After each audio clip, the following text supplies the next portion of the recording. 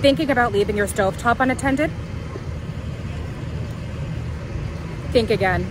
I'm Malia Thomas, your neighborhood reporter in Valdosta, and I'm on my way over to the fire department's acquired structural burning training to see how they put out building fires. So we'll knock them down and we'll rebuild a new home. Meet Anitra Riley. Her specialty is neighborhood development. She tells me Valdosta is an entitlement community, which means the city automatically receives funds each year for improvements in areas such as housing and public facilities. City residents can apply for assistance, and if their home is designated for reconstruction, the city knocks down their home and builds them a new one, or burns it down to the ground.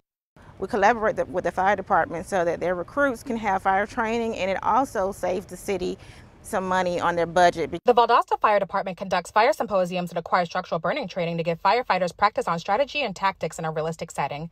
This comes at a perfect time as two Valdosta apartment complexes, 200 West Mary Street and The Gables, have had fires in the last 72 hours. The Gables fire was an empty portion of the building, but the 200 West Mary Street's fire displaced 9 neighbors, forcing them to find other housing.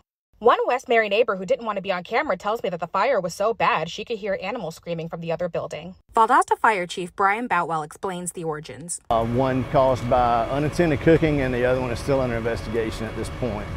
Chief Boutwell tells me Valdosta has seen approximately 60 structural fires so far this year. I checked with the U.S. Fire Administration's Georgia profile. Residential structure fires account for 76.2% of fire casualties, just slightly higher than a national average at 70.9%. That's why fire training and public education through the city's Fire Prevention Week is so important to the chief and his department. So in the city of Valdosta, we're still averaging 120, 150 building fires a year.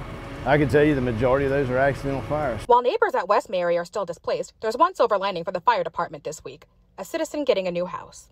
So they're really ecstatic and happy and really thankful to the city to provide this service. Fire Prevention Week begins October 8th.